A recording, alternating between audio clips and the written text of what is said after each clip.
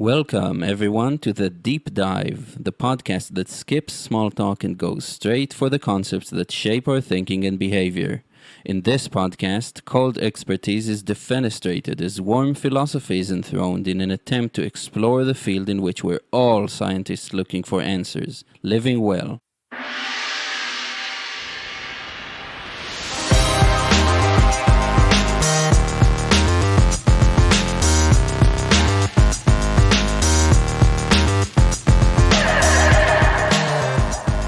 Hello world, welcome to another episode of the Deep Dive with Eyal Shai. My guest today is Jonny Miller. Hi Jonny. Hey there, it's great to be here. It's great to have you. And what would be an idea that's been helping you live well? So I would say that the way we view the world and the way we experience reality is filtered through the lens of our nervous system. And that is an idea that I've been exploring in lots of different ways for myself and sharing with others too. Yeah, that's fascinating to me because my natural tendency is to think through things, and I realize that I need to associate with people who are exploring reality in different ways, and that's really important for me. So I'd be interested in asking, how you first come across this idea or even thinking about this mode of experiencing reality. That's it's a good question, and I could probably give a very long answer.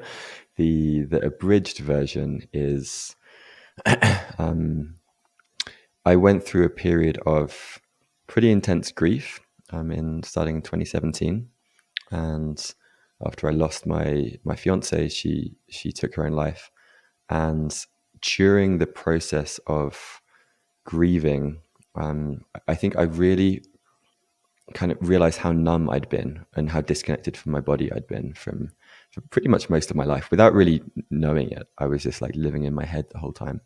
And I think through initially a lot of meditation practice, meditation teacher trainings, yoga teacher training, initially I guess I stumbled upon the breath specifically through pranayama practice, through yoga, and then through meditation.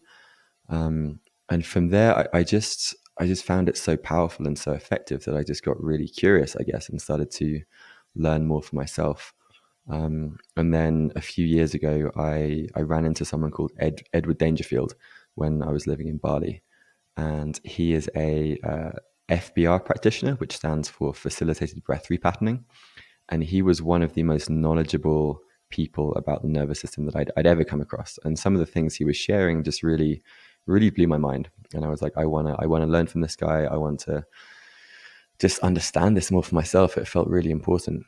And so I suppose it's been a kind of journey of self-experimentation, exploring things, teaching things as I go. That's kind of the brief version. Wow. So first of all, I think for all of us, the ideas that have been helping us live well, I think they came to our mind as part of problem solving process, right? And it's very clear in your case that not to say that grief is a problem, but it's very hard. Like I experienced it myself with my mom passing away when I was 10, and it's very hard to know what amount of grief and for how long the grief is fitting, right? Because it's clearly fitting and it's a process that our soul needs to go through, but it can and does become a pathology. I think it did in my case, definitely. So I'm really interested in the experience of grief for you.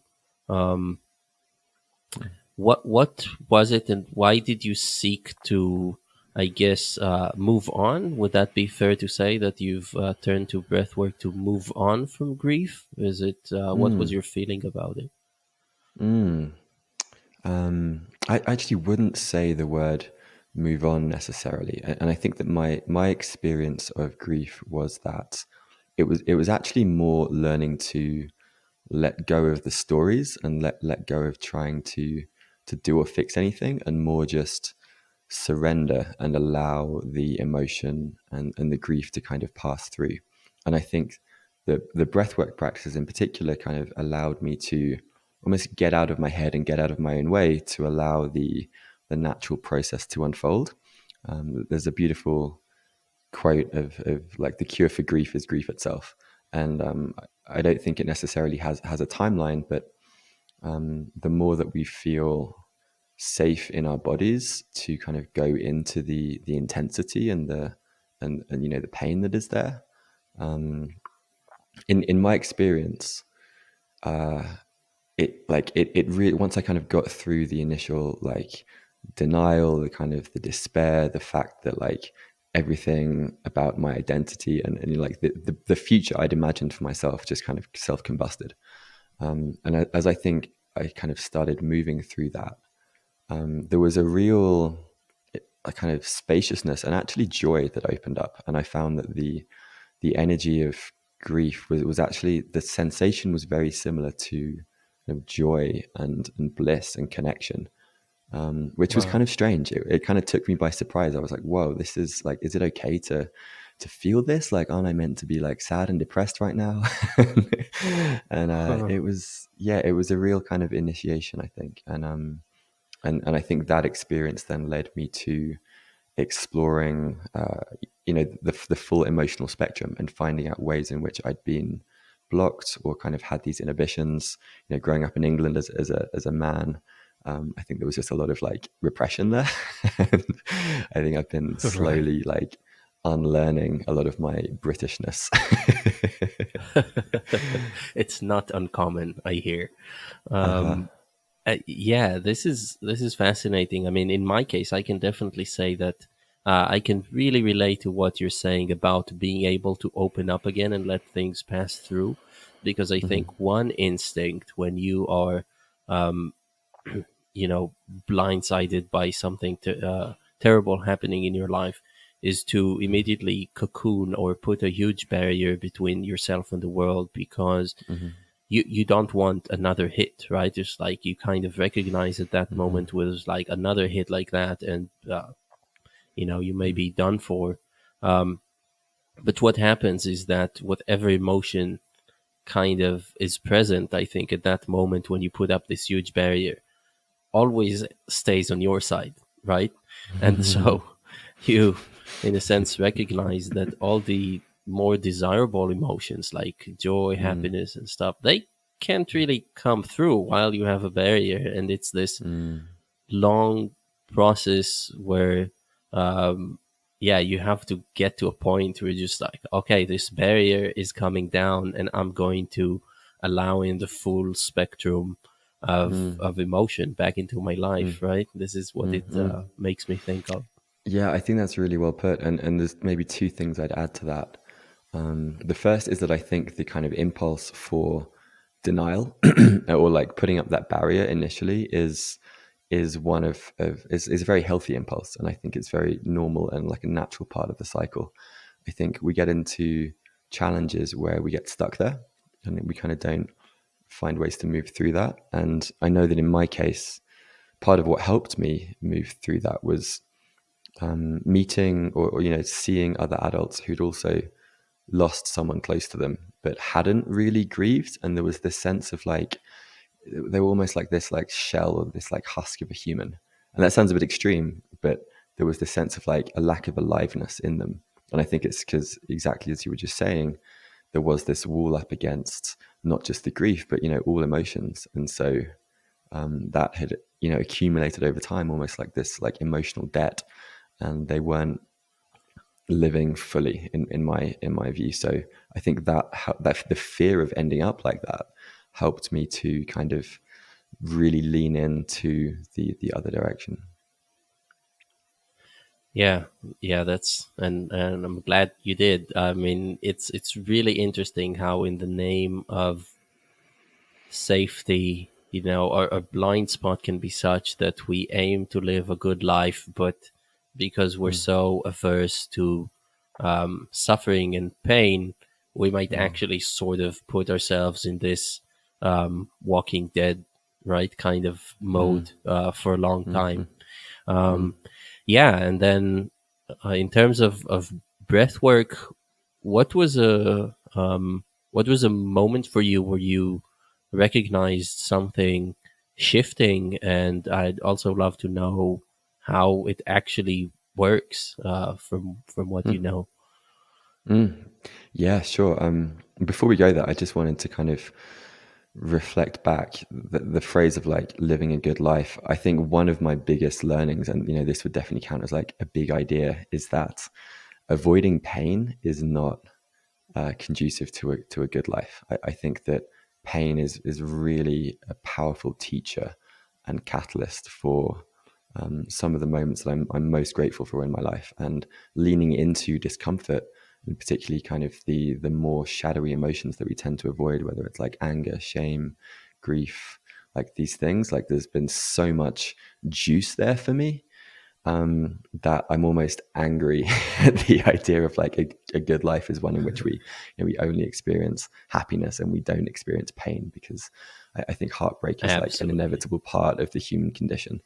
And there's so much richness in there if we can kind of learn to appreciate it. So anyway, that was 100%. just my little rant there. But in terms of breath work, and I think your question was like, how does it work and how has it impacted my life? I would say, so perhaps the impact that it's had on me personally. Initially, I found so I was kind of into meditation for a while, and I found these kind of pretty simple breathing practices, things like alternate nostril breathing, bellows breath, triangular breathing, just kind of short practices you can do in less than 5 minutes to have a profoundly, like, an instantaneous impact on my nervous system. And then, because I was really into meditation at the time, I found I could meditate for a lot longer and a lot more peacefully after doing kind of 5-10 minutes of breathing practice. And I also got into free diving when we were living in Bali. And again, I was just struck by the difference between trying to do a dive by just taking a deep breath versus spending 2 minutes of doing triangular breathing or humming on the surface of the water and then diving. And, I could dive almost twice as deep and for twice as long after Wow. doing these practices, and getting down to like 110, 120 feet sometimes. Wow. So just really kind of like humbled in some ways by like, wow, I mean, like we were saying before the call, it's like, well, I breathe every day. Like I can breathe, and learning how it is such a lever to influence our autonomic nervous system, and to go into some of the mechanics as to say how, let's say the 4-7-8 breath might be something that a lot of people have heard of, where you're inhaling for 4, you're holding for 7, and then you're exhaling for 8. And the way that works is there is essentially a part of our lower brainstem that is spying on the way that we're breathing. And when our exhale is longer than our inhale, when we're breathing into the belly as opposed to the upper chest, and also when we're breathing through the nose, it's kind of like a cue to activate the parasympathetic nervous system. So that then sends signals to the endocrine system in our body, which then releases various hormones which actively kind of calm us down and change our physiology and change our state. And then our brain then picks up on that, and then we have kind of calmer thoughts, we have fewer thoughts, we're more relaxed, and this kind of perpetuates the cycle. And the reverse is also true. So let's say someone is breathing in through their mouth, in through their chest, their breath is shallow. That will very quickly activate the sympathetic system, which then again sends signals to the endocrine system to release epinephrine, which is basically adrenaline, cortisol. That then stimulates the kind of fight-flight response, and that then leads to, racing thoughts, low-level anxiety, all the things that we're familiar with. And that then also reinforces the cycle. And so our breath really is like a bridge to the autonomic nervous system and to our subconscious. And so both noticing the way that we're breathing kind of moment to moment, and also if we have a desire to change our state, like let's say let's say I was really nervous before coming onto this podcast. I might sit down for 5 minutes and do some humming, do some alternate nostril breathing, breathing into my belly, and pretty quickly I'll feel a lot calmer. And then my voice won't be as high, and I won't be, sweating profusely, and all these things that happen when we feel anxious. So that's probably the kind of that's like the basic overview. And then there's also a modality that I mentioned, facilitated breath repatterning, which is a very different type of breath work that is over a longer period of time. It's usually kind of one-to-one, or it's in a small group setting. It's to music, and you basically practice circular breathing for about 60 to 90 minutes. And this practice is a very powerful way to elicit incomplete reflexes that are stored in the nervous system. These can be like low level traumas, even bigger traumas, and allowing that mobilization response to be completed in a kind of safe environment. So an example might be someone has had a surgery, they were under general anesthetic, and then a week later they go through this breathing FBR kind of practice, and their body gets to complete the kind of mobilization reflex that would have happened naturally, but was suppressed by the anesthetic. And there's lots of ways in which, particularly when we're younger as children, we suppress these kind of responses, and they get stored or buffered in our nervous system. And if enough of these get stored over time, it creates this fragility in our nervous system, which leads to reactivity, getting angry for no reason, kind of reacting disproportionately to whatever's coming our way. Yeah. Okay. So I have kind of a two ways to go from here. I think I'll first I'll ask, while we were on the subject of still processing emotion and grief, more specifically in your case. I was interested in learning if you remember if that was something that happened. I don't know if it's probably gradual, but was there a moment where you were feeling that, if we're talking about emotions passing through, does it feel like some sort of corridor that was closed before is now opening up? Is there a feeling of relief that's brought? Because that's different than just calming yourself, right? Is it, yeah, opening yourself up in some sense? Do you mean in the process of going through grief, or could you like rephrase the question slightly, or just repeat the question? Yeah, I'm wondering if in your experience there was a moment or a series of moments where you felt just that the grief can pass through you, or the emotion can be processed better because of this. Like how does it feel? I mean, I'm sure that there is also kind of a connection there where it is something that's floating up to your conscious mind, right, at some point, and then you kind of register that and notice.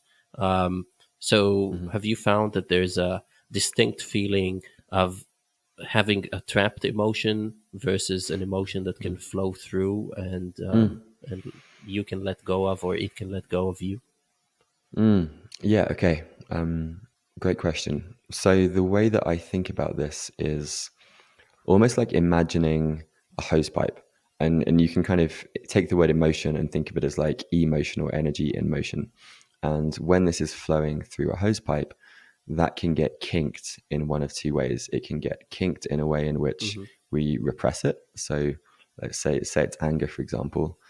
Someone might repress that. They might then get resentful. They might be passive aggressive, and they don't really. Again, it's like a way of avoiding or resisting feeling the anger. The other way it can be kinked is it can be kind of overexpressed, where someone gets like aggressive and they maybe go into rage, they go into story, they attack. And again, that's another way of not feeling the anger itself. And with grief, this, like, a theory that I have is many of the kind of the 5 stages of grief that have been kind of documented. My sense is that those stages are the different ways in which we resist feeling the intensity of grief itself. And once we allow ourselves to resist less, the grief gets kinked less, and it becomes a more kind of like flow of essentially love. And there's a beautiful idea that like grief is essentially praise for those that we've loved and lost, and it's like the price that we pay for having loved. And I feel like the sensory experience of grieving when it is kind of unkinked is one of just like deep love and reverence and connection and rawness and aliveness, and it feels beautiful, honestly. But I think the challenge is like you were saying, is kind of like working through the ways in which we're resisting feeling that.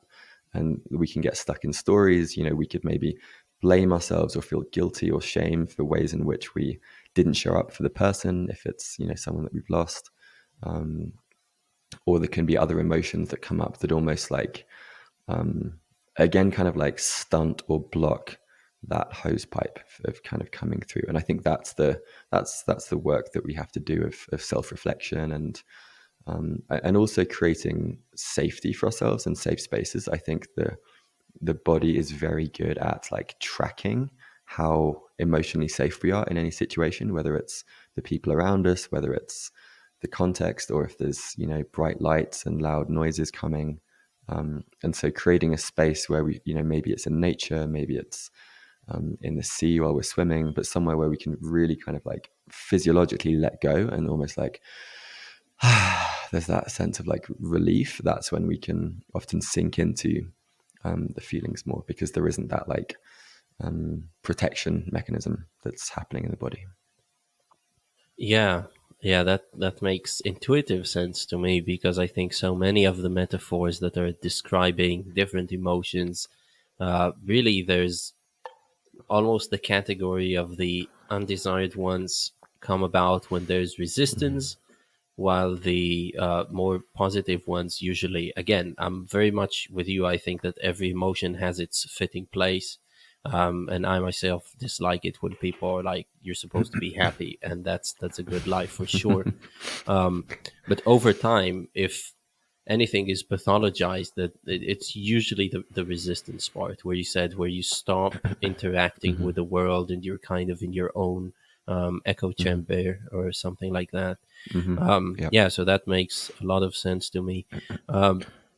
I read James Nestor's Breath, which is an amazing book about everything to do with breath. Well, I don't know if everything, but the guy did a lot of research and Yep. reported firsthand his experiences with experimenting with different kind of breath, working with different experts, and so on. And one motif that was in the book that he said he was amazed to find out is the fact that almost every generation features a kind of a weirdo guy who like gets all into breath work and finds amazing things, and it's recorded and people can reach it, and it's scientifically proven.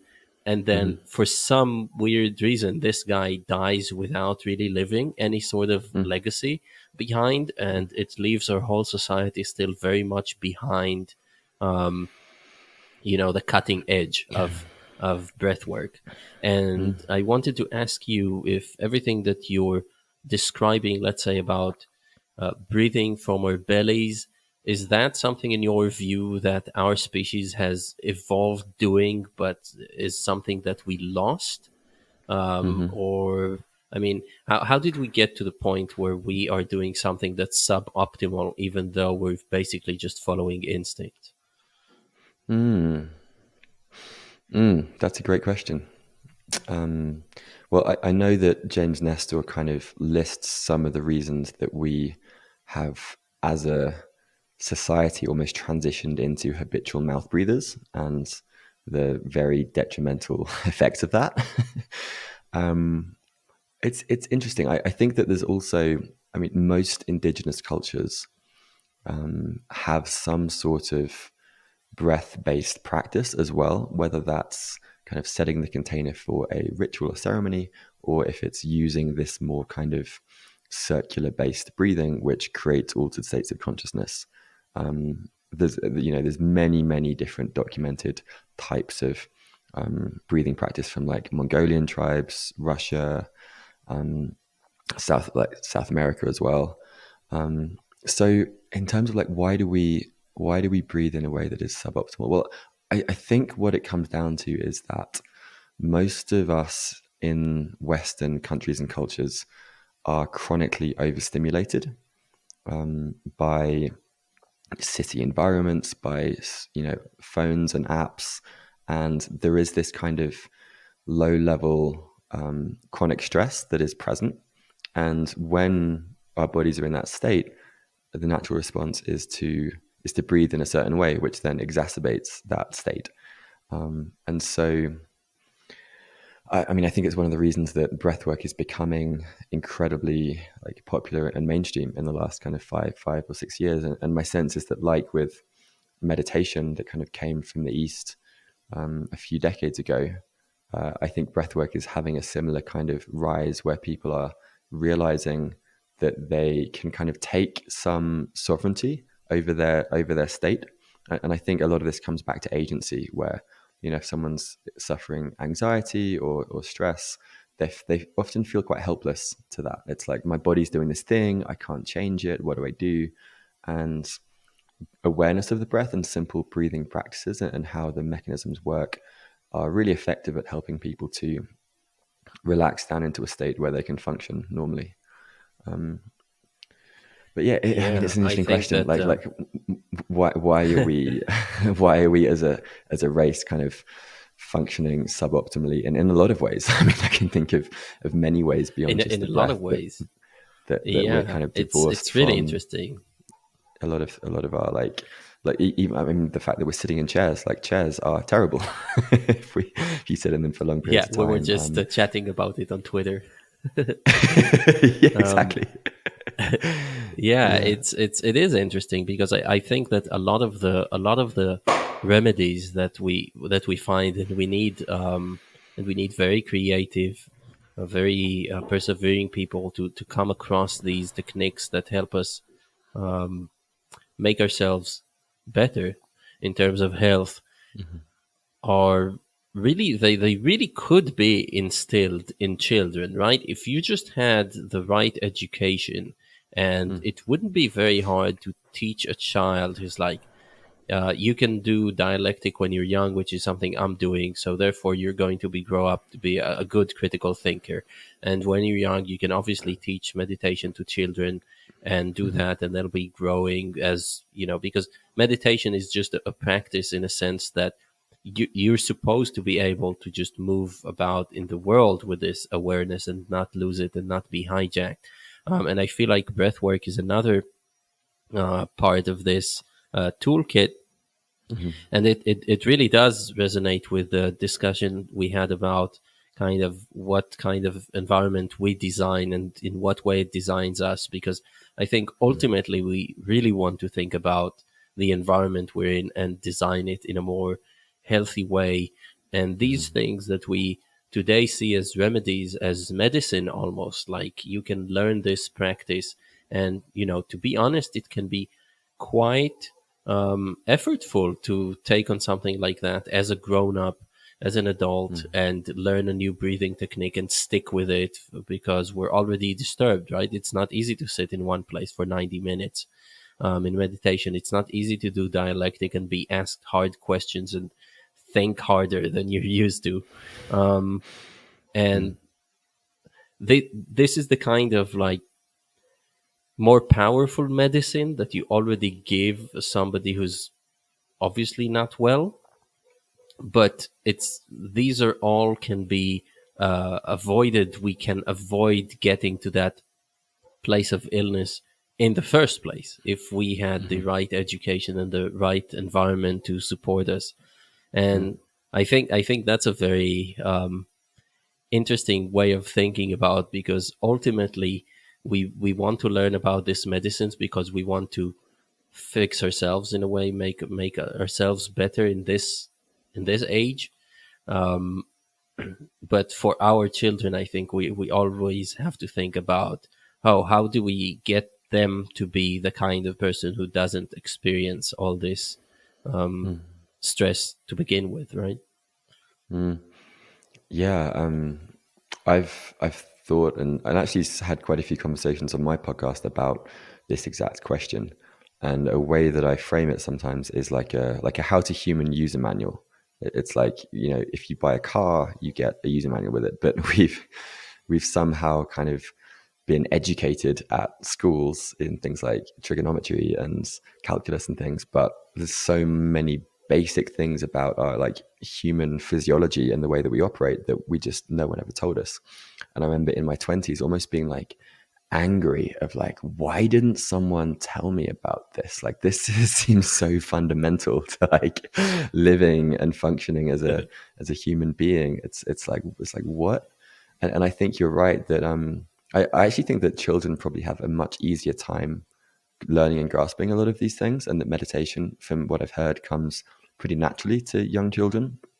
And that what is challenging for us is there's more of like an unlearning process where we have to like peel back the layers of conditioning that have been plastered on us in order to get back to the thing that's there.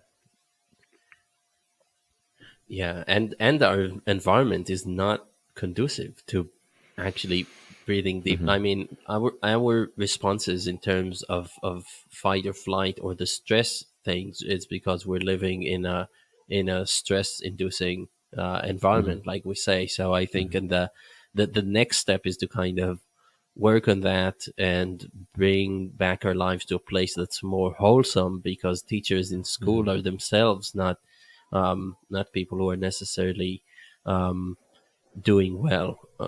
Yeah, so that's kind of, we went off on a tangent there, but I think it's interesting. What would you advise to people who are looking to get into breath work? Is there because you just listed so many different techniques, and I know that there are. By the way, is there a kind of a thing that can be abstracted from all of them, or could you achieve very different things with different techniques? Yeah, so starting with that question first, yes, some of the things, or I guess principles, are you're essentially working with your autonomic nervous system, and the things that the body is looking for are, if the exhale is longer than the inhale, that will generally have a kind of calming effect, and also where the breath is. So we have sympathetic kind of nerve endings in our chest around our sternum, and parasympathetic down in our lower bellies and kind of pelvis area. And so when breath comes down into that area, we're kind of stimulating the parasympathetic nerve endings. And there's also effects of, say, if people hum or sing or chant Om in a kind of yoga context, that humming, particularly when it's like up here, releases nitric oxide, which is also a vasodilator, and it also has a kind of pretty effective calming effect.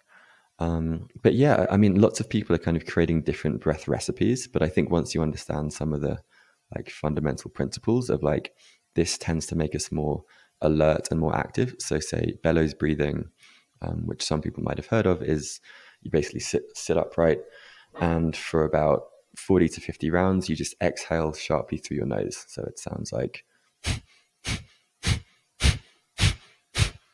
and if you do that for about 30 or 40 breaths, it very quickly kind of activates the system, creates alertness, and then usually it's helpful to do something like alternate nostril breathing or triangular breathing to then kind of calm back down.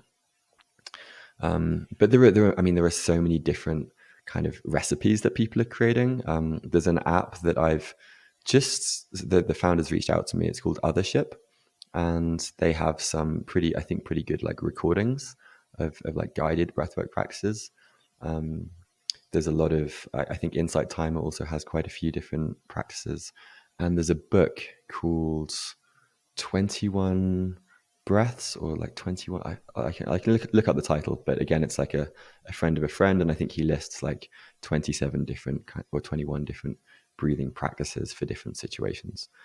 So I think it's, from my perspective, it's about like trying these for yourself and noticing the effect on your body and kind of tuning in and be like, okay, I actually do feel differently after this. Or if you have a meditation practice, maybe instead of doing 15 minutes meditation, maybe you spend 5 minutes doing a breathing practice. Could just be simple box breathing, which is like 3, 3, 3, 3, or 4, 4, 4, 4. And then going into meditation and just noticing, like, how do you feel?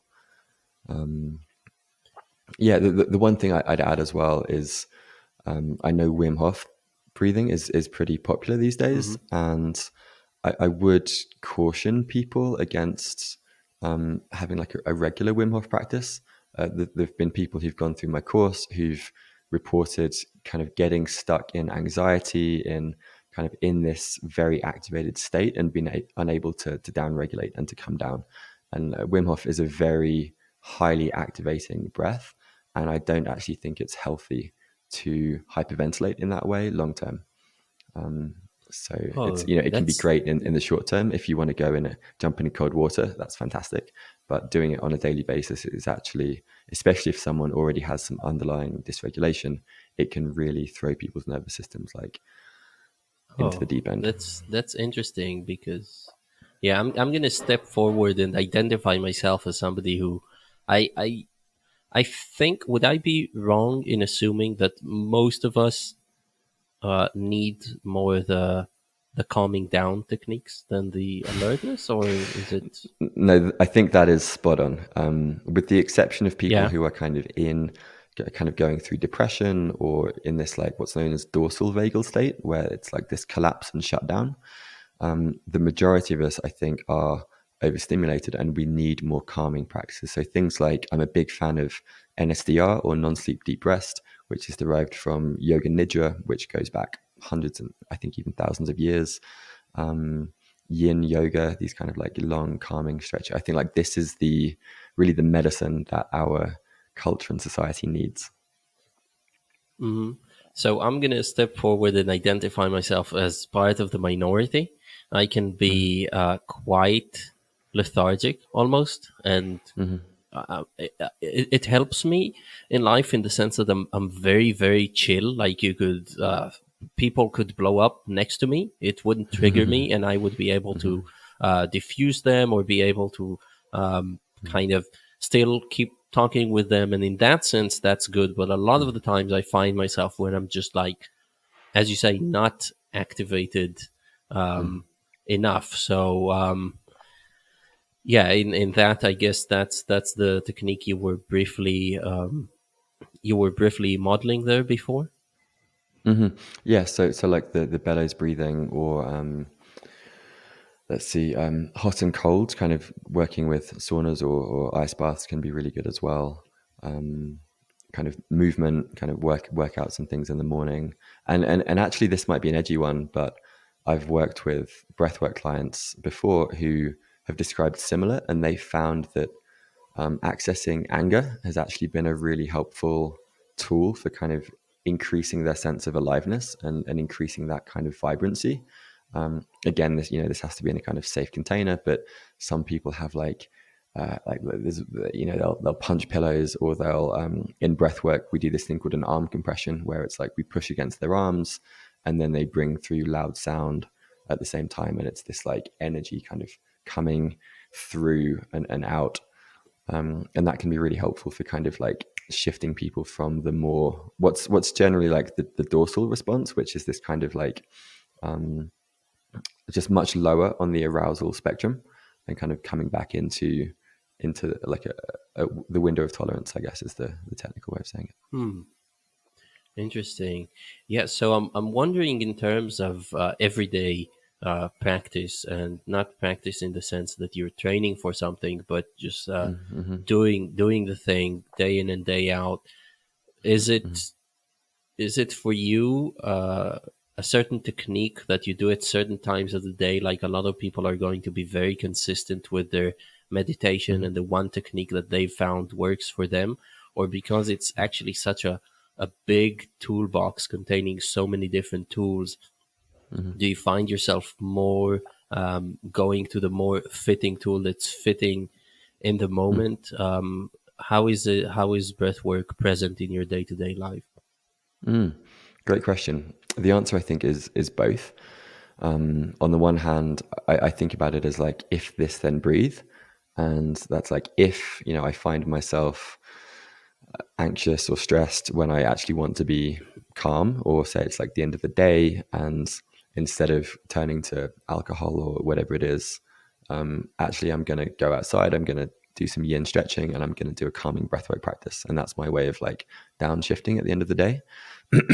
And in terms of the morning practice, yeah, I've experimented with a lot of different things, and I think in some ways the most important like meta skill is practicing interoception, which is our kind of internal awareness and our ability to sense, track, and feel like what we're experiencing. And then ideally, when you wake up in the morning, maybe you have like a choice of two different breathing practices. One is if you're feeling sleepy and actually, like, I don't know, you have a podcast or something, it's like, okay, I need to be more awake right now, I'm going to do bellows breathing for 5 minutes, and then ground or meditate, whatever it is. Or if you're feeling kind of anxious and your mind is running, then okay, maybe I'll do 4-7-8 or humming or alternate nostril breathing. And so generally, I think people kind of tend to use breath work to go one direction or the other. For a lot of people, it's going from I'm too stressed, so I want to be calmer.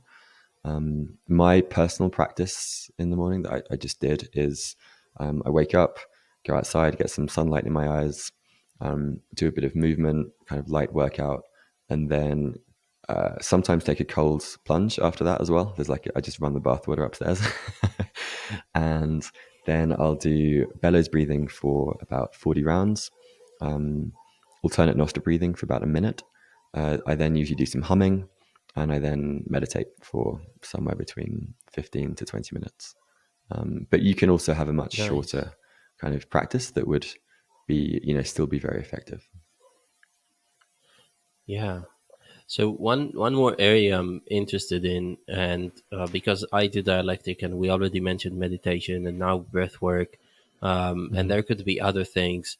One thing that I always think about it is how these like wonderful remedies could actually become a cope and kind of a go-to thing, and eventually like any of these wonderful things could be abused, right? Because meditation can put you're like, you can sort of change your mindset, because if you get good at it, you can do it very quickly, right? Or meta or something like that. Now, for any of us, it's possible that we are going to lose ourselves in kind of doing this world where, once again, even though we were initially doing this thing, whatever it is, dialectic meditation, breath work, in order to re-engage with the world in a healthy way and find fittingness between what we do and the way nature swirls around us.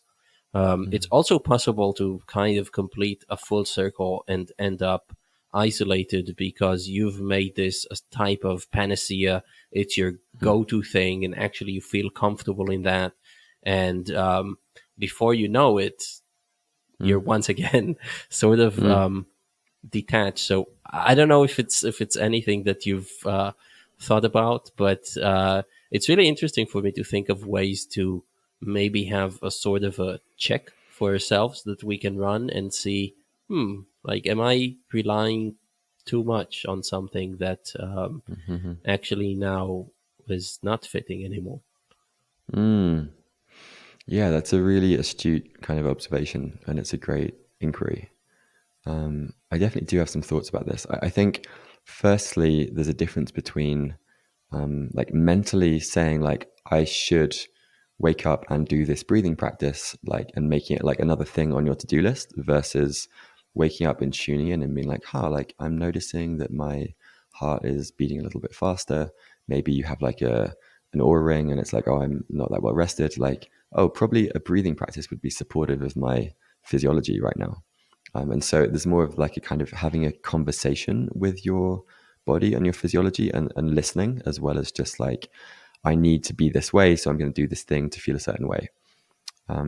So that's one thing. And then the second is, I think this is probably a broader topic, is that I think if we're using the breathing practices to shield ourselves from not feeling a certain emotion, in the long run, that can also it can lead to challenges. And on the one hand, we want to feel, as I mentioned, kind of safe and grounded before going into some sort of emotional process, whether it's somatic experiencing or whatever that looks like. But I can imagine, and I think I've probably been guilty of this myself, where like I'll start to feel a thing and then be like, no, I don't want to feel that. And I'm just going to breathe now to like avoid feeling the thing. And that if you're perpetuating and you're breathing out of avoiding feeling something, that also is, problematic. And I think ultimately I'm feeling a lot of this work around like finding nervous system regulation comes down to, in the end, is welcoming the full spectrum of human emotions. And for many of us, that is a lifelong journey. And there's a very important principle of titration or pendulation, which means like gently going into the thing and like not going beyond your window of tolerance. So kind of taking this very lightly, or at least very, very slowly, and ideally with professional support. But my sense is that the ways in which we are dysregulated is directly related to the ways in which we've shut ourselves off from feeling different emotions. And that's not just like the anger, grief, kind of shame, but also joy. I think some of us, like, we don't feel safe experiencing joy and happiness. It can feel unsafe to do so. And we've created conditions for ourselves to kind of perpetuate that. So yeah, I think it's a really delicate balance between like, yes, like know that you're able to change your state if you need to. And a lot of the time it might not be appropriate to feel or express a certain emotion. So let's say, like, I use the example of like, if someone's in a executive boardroom meeting, like it might not be appropriate to like go into grief and sadness there. So like going to the toilet and doing a breathing practice for 5 minutes to regulate and then come back in, great. And then schedule some time that weekend to like, okay, there's clearly something here. I'm going to create a structure or a container to kind of feel this, whether that's on their own, whether that's with a somatic therapist, whatever that looks like.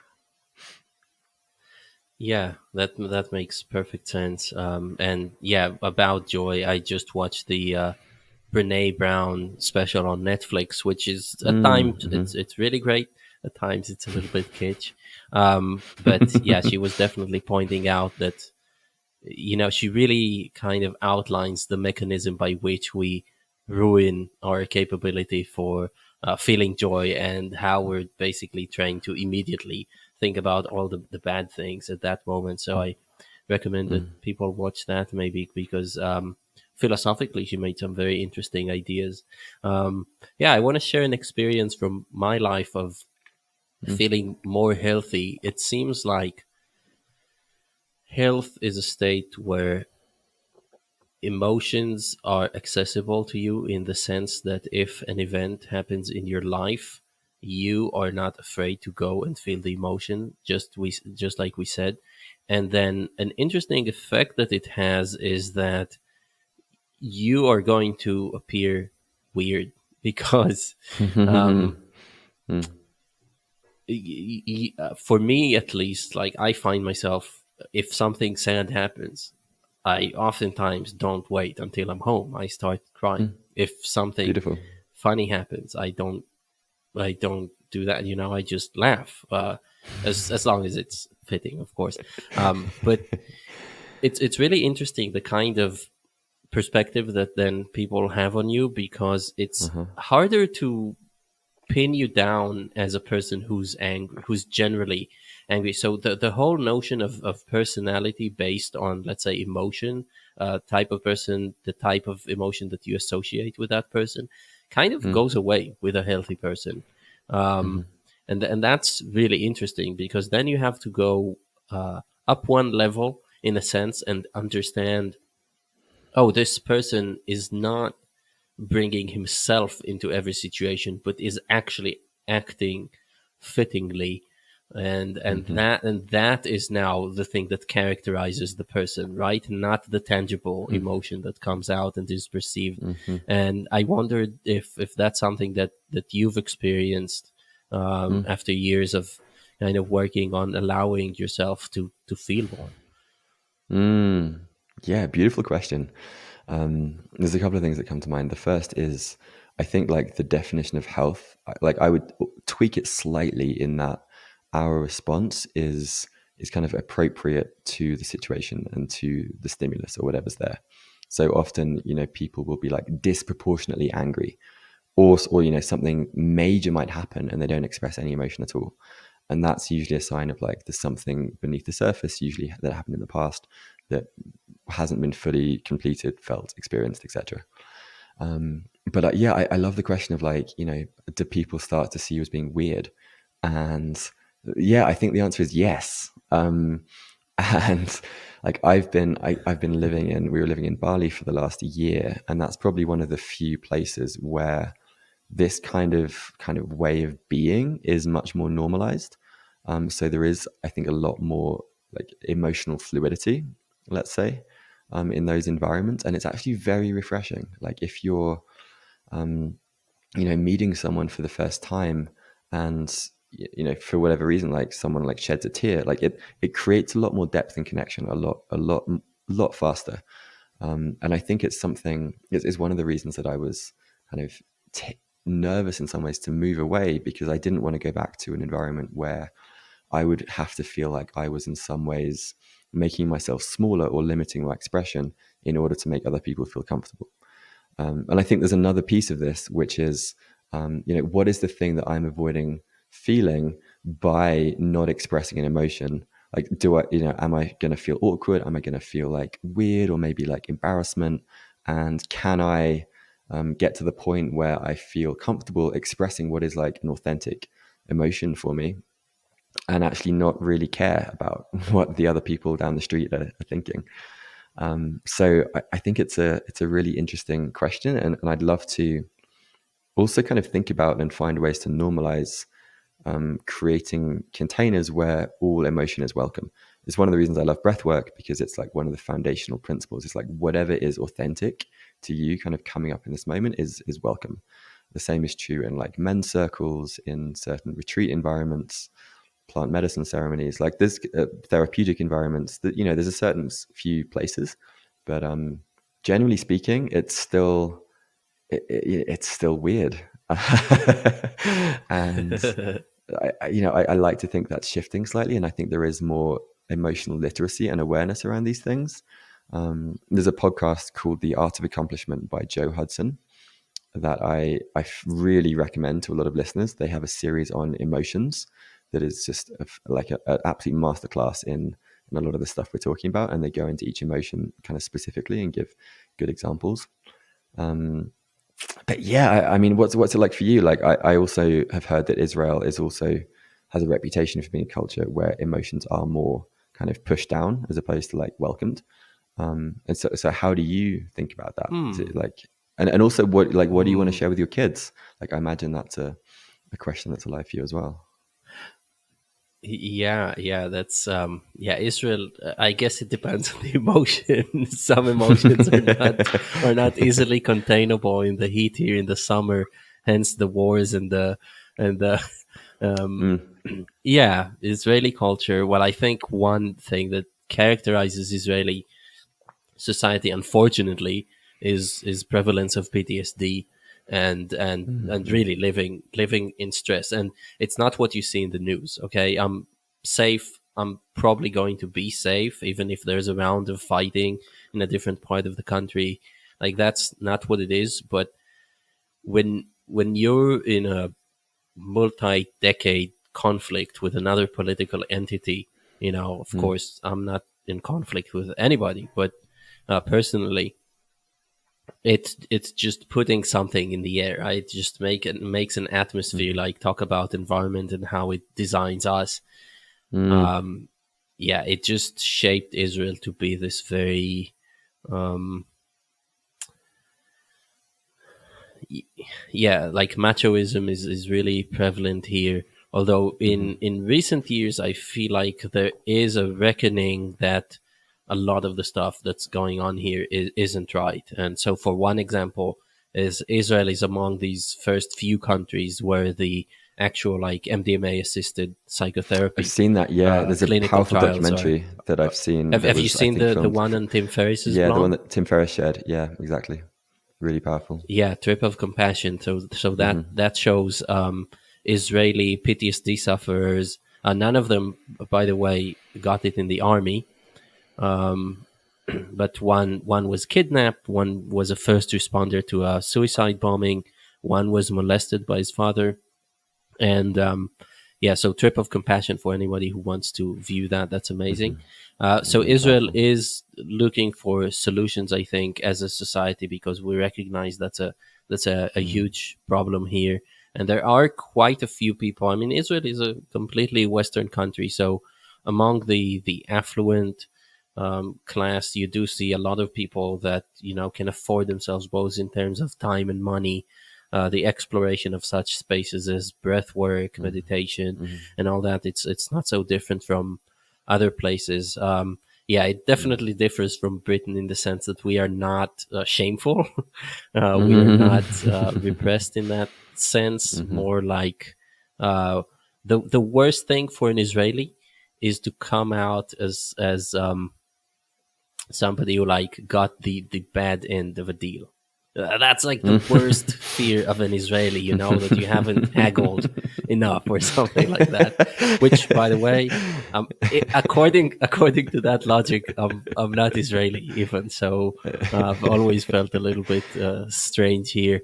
But I mean, just recently, to go into a more concrete example, just recently I went to a house where unfortunately somebody who's a young man with two kids and one on the way committed suicide, and I went to pass condolences, and his daughter made this wonderful big book for people to write in.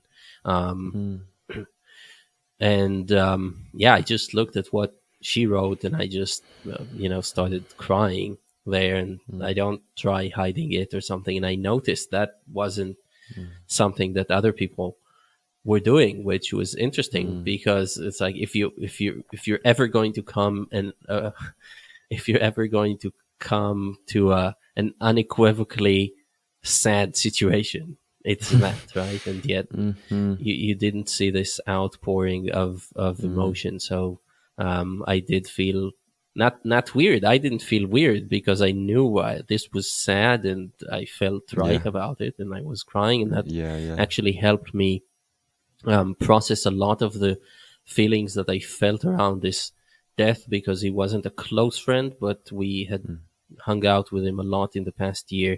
And in the days between his death and the moment I went over to his house, his image just haunted me for these days.